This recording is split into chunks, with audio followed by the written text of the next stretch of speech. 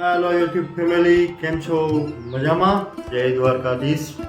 તો તમે નવા હો તો આપણી ચેનલને લાઈક, શેર અને સબસ્ક્રાઈબ કરી દેજો. અને જૂના હો તો કંઈ વાંધો જ નથી. તો કાલના વિડીયોમાં તમે જોયું જશે કે આપણે દેશી કાઠિયાવાડી જમવાનું બનાવ્યું હતું. અને તમે બધા વિડીયો જોયો પણ હશે.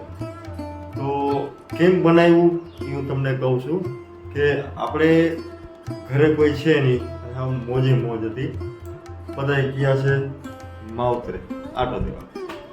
તો એકલા હતા અને સાથે બી મારા મિત્ર પણ હતા.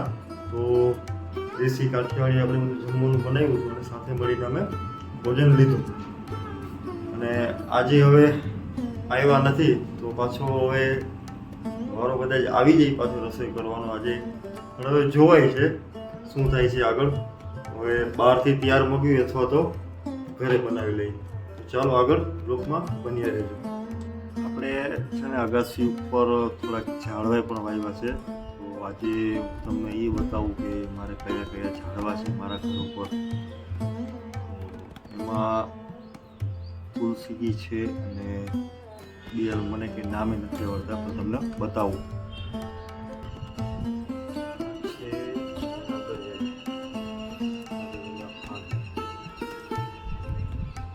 છે તુલસીજી અને શું પીસ છે શેનું છે એનું નામ મને ખબર નથી, પણ આપણે મિત્રે આપ્યું હતું તો આપણે લઈ આવ્યા અને વાવી દીધું.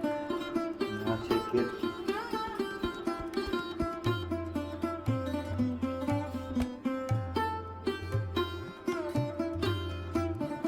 આ બધા અલગ અલગ પ્રકારના અલગ અલગ છોડવા છે આપણી પાસે. આપણે ઝાડવા હોવાનો શોખ છે વાવી છીએ આપણે. એ લોકોને ન થાય પણ આપણે ઝાડવા ઘરે વાવી તો હવા ઉજાસવાળું વાતાવરણ રહે. અને આ છે બિલ્લી, તમે જોશો નહીં. બિલ્લીમાં બગાડ બહુ આવી ગયો છે. અને આ છે જાસૂસ,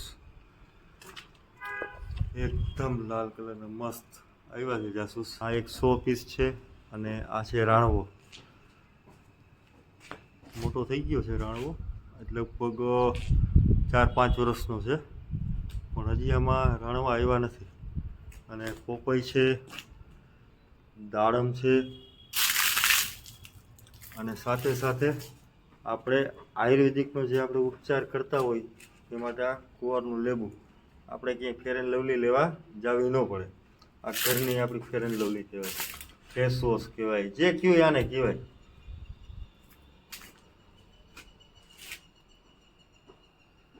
અલગ અલગ પ્રકારના છે બધા ઝાડવા. લીંબુડી હતી, આપણે લીંબુડી કાઢી નાખી કે લીંબુડીમાં એવું હતું કે જગ્યા વધારે રોકતું હતું. મને અમુક લોકો કહેતા હોય છે કે તમે ભરતભાઈ શું ક્યાં રહ્યો છો, તમે કઈ બાજુનું તમારું વતન છે? તો મારા ખાસ મિત્રોને હું તમને કહી દઉં કે મારું વતન દેવભૂમિ દ્વારકાનું જામખંભાળિયા ગામ છે. હું ત્યાં 42 વર્ષથી રહું છું. અને 6 થી 7 વર્ષથી આ મારે આશરો બોયઝ હોસ્ટેલ છે અને હું હોસ્ટેલ ચલાવું છું જામખંભાળિયામાં 6 વર્ષથી. એ આપણો ધંધો છે અત્યારે. અને બસ આ એક યુટ્યુબ તો મને એક આઈડિયો આવ્યો મગજમાં કે આપણે આ કરવા જેવું છે. આપણે અમે ફરવા બહાર જતા જ હોઈએ, તો બહાર ફરવા જતા હોઈએ તો આપણે વ્લોગ બનાવી લેવાનો, યુટ્યુબમાં નાખી દેવાનો. હાલે તો ભલે, ના હાલે તો આપણું શું જાય છે, બહાર તો રખડવા જતા જોઈએ એમ થાય આપણે.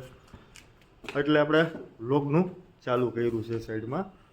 અને મને પ્રેમ પણ ઘણો આપ્યો છે સબસ્ક્રાઈબરો, તો એનો પણ હું ખૂબ ખૂબ આભાર માનું છું. તો હવે તમને હું મારું હોસ્ટેલ બતાવી દઉં કે મારી હોસ્ટેલ કેવી છે. આ છે આપણી હોસ્ટેલ, આશરો બોયઝ હોસ્ટેલ. ઉપર આપણે રહેવાનું છે અને નીચે બાળકો બધા રહે છે. અને બાજુમાં આપણી આ પાનની દુકાન છે, એ આપણે બંધ કરી દીધી ઘણા સમયથી. એનું કારણ હતું કે બાજુમાં આપણી સ્કૂલ પણ છે, કોકીભાઈ પ્રાથમિક શાળા.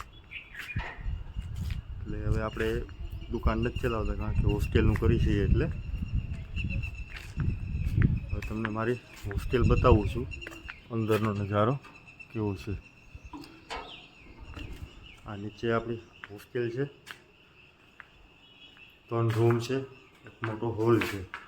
20 થી 25ની સંખ્યા આવે એટલું આપણે છે અહીંયા જગ્યા છે.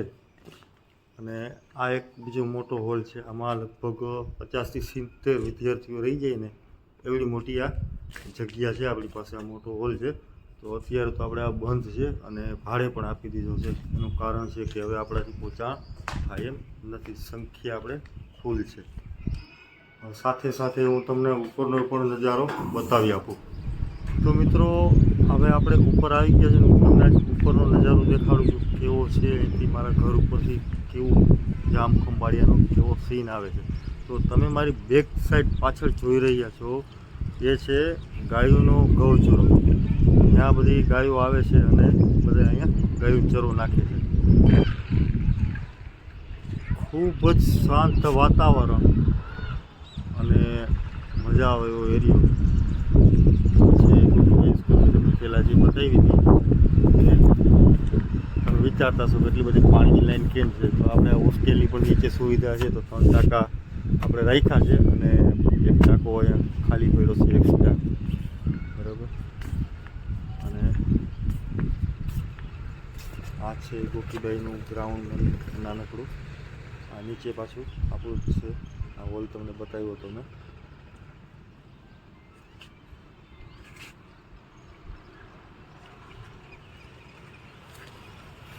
સરસ મજાનો એરિયો છે અને એકદમ શાંત વાતાવરણ.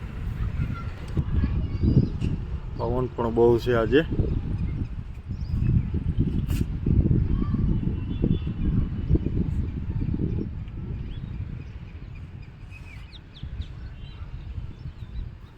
તમને એવું મગજમાં તો છે કે મારી બેક સાઈડ શું છે પાછળ.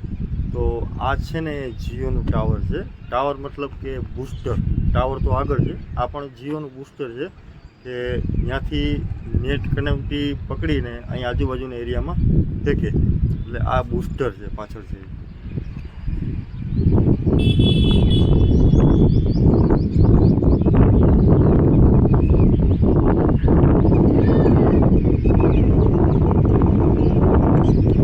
તો આજે મિત્રો જમવાનું પણ બહારથી મગાવવું પડ્યું છે હજી. તો ઘરના તો આવ્યા નથી એટલે બસ ભોજન કરી અને મેં તો ચાલો જરાક આપણે દુકાને જઈ આવી. તો આ છે આપણા ખુશાલભાઈ. ખુશાલભાઈ ગાયત્રી પાનવાળા. સોડા બોડા પીતા આવી અને ચક્કર મારતા આવી. તો આજે આપણો વ્લોગ અહીંયા સમાપ્ત કરશે અને નવા બ્લોગમાં મળશું. અને નવા હોય તો આપણે ચેનલને લાઇક, શેર અને સબસ્ક્રાઈબ કરી દેજો. જય દ્વારકાધીશ.